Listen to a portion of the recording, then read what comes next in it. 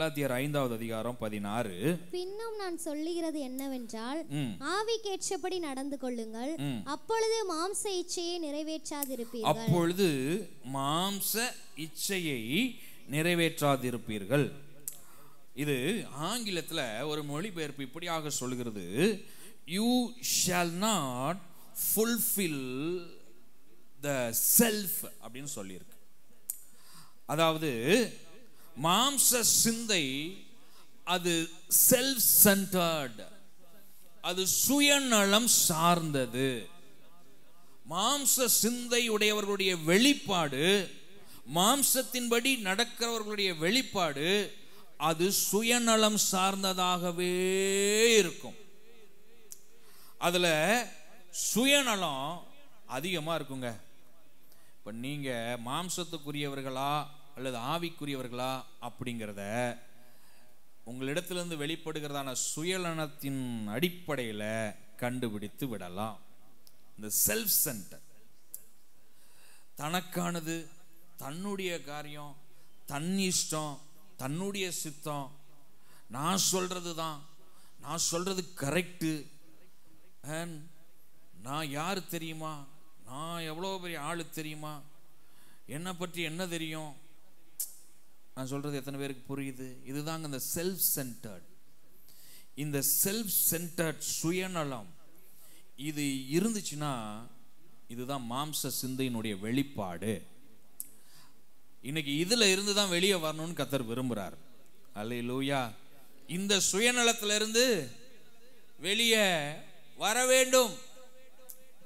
ஆமா, இது ரட்சிக்கப்படாத ஆளுக்கு தான் அப்படின்லாம் இல்லை, ரட்சிக்கப்பட்ட ஆளுக்குமே என்ன செய்யுது இருக்கு. ஆமா, தனக்கு சட்டை வாங்கும்போது 1000 ரூபாய்க்கு வாங்குறது, இன்னொரு ஆளுக்கு வாங்கும்போது 500 ரூபாய்க்கு வாங்குறது. ஏன்? தனக்கு எனக்குன்னா அப்படிதான். அந்த தனக்கு அப்படிங்கிறதான எண்ணம் எனக்கு போயிட்டு தான் எல்லாம்.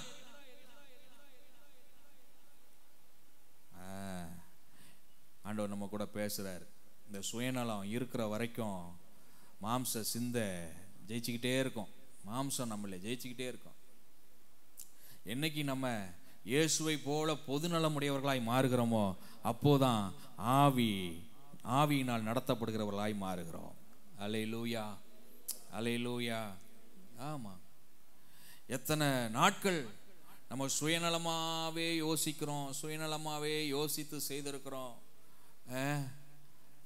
எத்தனை நாட்கள் நம்ம சுய சித்தம் செய்கிறவர்களாகவே இருந்திருக்கோம். நம்ம விரும்புகிறத நிறைவேற்றணும். ஆமா, நான் சொல்றது நடந்துடணும், நான் நினைக்கிறது நடந்துடணும், நான் சொல்றபடிதான். நோ நோ நோ, அது மாம்ச சிந்தை, அது மாம்ச சிந்தை. நீங்க விரும்புகிறபடியே எல்லாம் நடக்கணும்னா நீங்க இந்த உலகத்தில் இருக்க வேண்டிய ஆளே இல்லை. அதை புரிஞ்சுக்கணும். புரியுதா உங்களுக்கு? நீங்க நினைக்கிறபடிதான் எல்லாமே நடக்கணும், நான் நினைக்கிறபடிதான் எல்லாம் இருக்கணும் அப்படின்னு நீங்க நினைச்சிட்டீங்கன்னா நீங்க இந்த உலகத்துக்குரிய ஆளு அல்ல. ஆமா, இந்த உலகத்துல அப்படி எதுவும் என்ன செய்ய முடியாது, இருக்க முடியாது.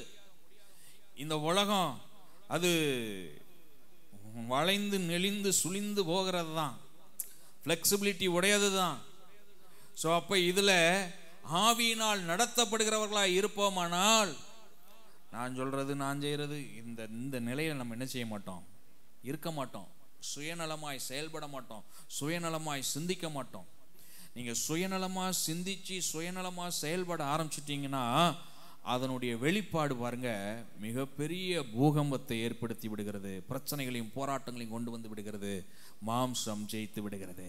அப்போ இன்னைக்கு அது மாதிரியான நிலையில இருக்கிற யாரா இருந்தாலும் இந்த சுயம் என்னிலே சாகட்டும் ஆண்டவரேன்னு கேளுங்க. அல்லேலூயா. ஃபாதர் பெர்க்மன்ஸ் அழகா பாடியிருக்கிறாரு, சுயம் என்னில் என்ன செய்யட்டும், சாகட்டும் அப்படின்னு பாடிக்கிறார். இந்த சுயம் செத்துறணும் அப்படின்னு கேளுங்க ஆண்டவர்கிட்ட. என்னிலே இருக்கிறதால இந்த சுயம், சுய விருப்பம், சுய சித்தம் இதெல்லாம் போயிட்டோம்.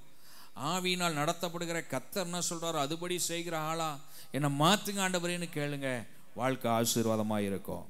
அல்லேலூயா.